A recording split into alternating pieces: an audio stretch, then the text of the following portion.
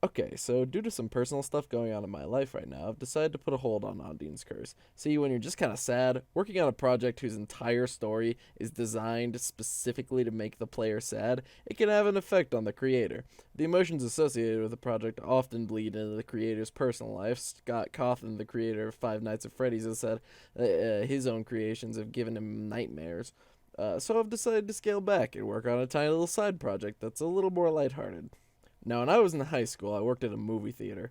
And working at a movie theater is kind of the worst. Customers are usually either rude or just kind of dead eyed.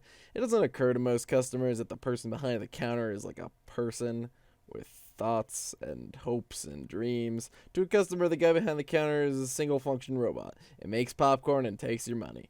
Dehumanization, though, often goes both ways, and I found myself sort of seeing the customers as like zombies, like antagonistic, brain dead animals that had no purpose to fulfill other than to make my life more miserable.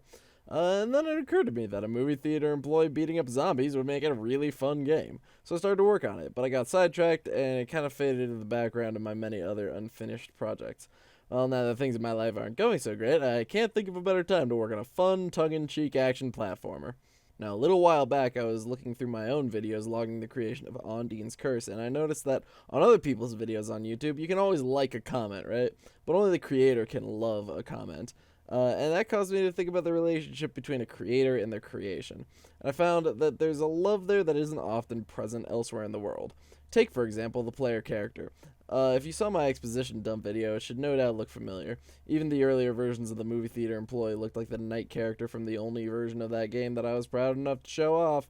I've used some kind of variation of that same sprite for almost every project I've worked on, and I've found that once I make a thing that I like and I'm proud of, it's hard for me to let it go. This character doesn't even really have a name, but there's something about him that I just can't leave alone. I remember seeing that movie about the lady who wrote Mary Poppins, and at one point she says that the characters she's created are family to her. Creators' love for what they've created is a unique love, and ultimately that's what makes a good game. The 1,000 people who work on the same action schlock we keep seeing crop up every year don't love their game. They may love the part of the game that they made. Every 3D designer loves whatever model of a gritty white dude they made, but the project as a whole feels soulless because it didn't come from any creative passion. None of these guys clocked into work and sat at a desk for 8 hours because they wanted to make the players of their game feel anything. They did it because it was their job.